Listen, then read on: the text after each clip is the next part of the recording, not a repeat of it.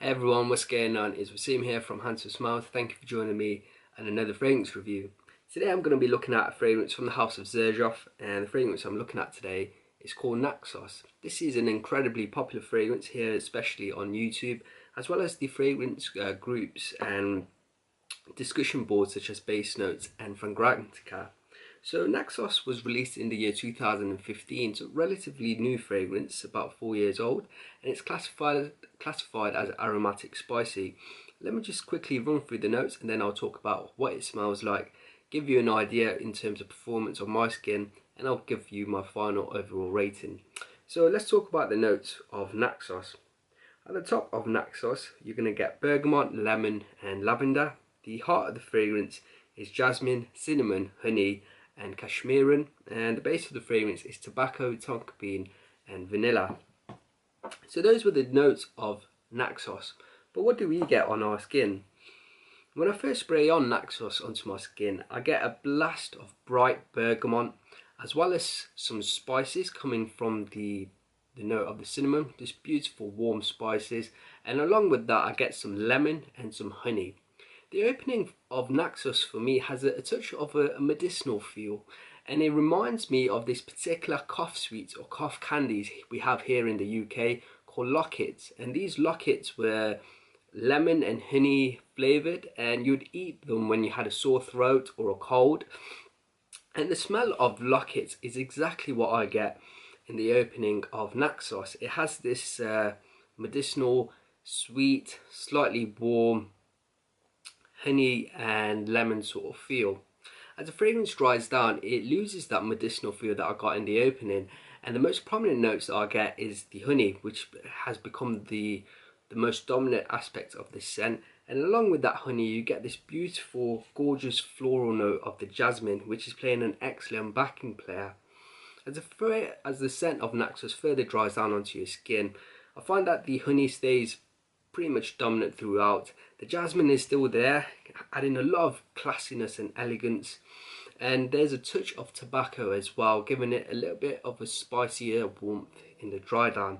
However, for me on my skin, I found that the tobacco was very gentle, and it was mostly about the cinnamon, which was giving the spicy warmth that I was getting in the opening, and the jasmine and the honey really being the most dominant aspects of Naxos.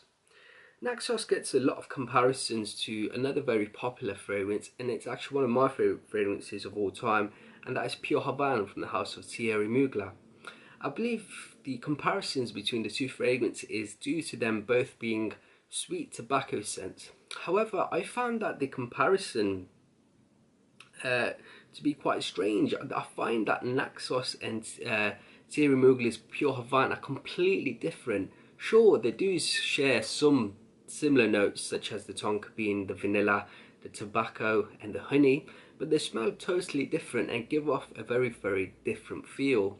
I find that Naxos itself is a little bit linear, and I find that Naxos, even though it's linear, it doesn't really have the tobacco-ness that you get in Pure Havane. Pure Havane, it's very much stronger, and on the tobacco it's a little bit more raw, it's a little bit more rough, and in the dry down I get a lot more development as well. I get some patchouli, I get some cocoa, wonderful cocoa in Pure Havane, and I get more of a vanilla as well as the tonka bean.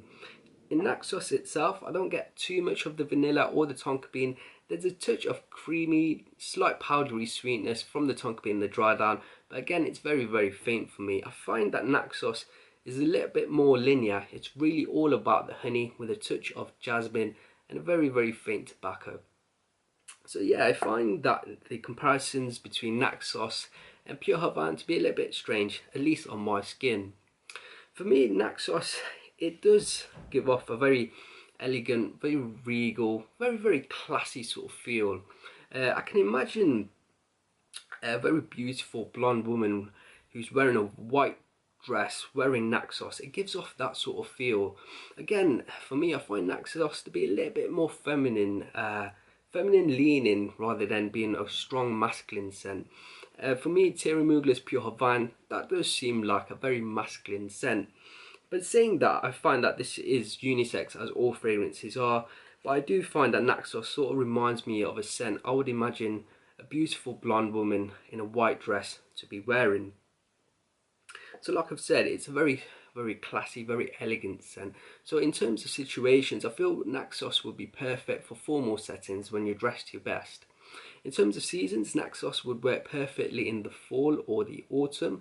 I find tobacco or spicier warm scents with some sweetness work excellently in the fall and the autumn, so I would personally wear this in that season. It's very much a nighttime scent in my opinion, due to it being quite a formal and elegant scent. Overall rating for me for Naxos is going to be a 3 out of 5. I did enjoy the scent. I think it's a nice fragrance, but for me, for the price, you can get something way better. I would personally always pick Pure Havane over this because I enjoy the raw tobacconess and I enjoy the development that I get from Pure Havane due to the other notes such as the cocoa, the patchouli, the tonka bean. I find Naxos to be a little bit more linear on my skin anyway. I do suggest you to sample this scent. It is very popular. Maybe I've just not enjoyed it as much as other people have. So a final over rating for Naxos from the House of Xerjoff is a 3 out of 5. Guys, I hope you've enjoyed this review. If you have, then please do leave me a like and a comment below.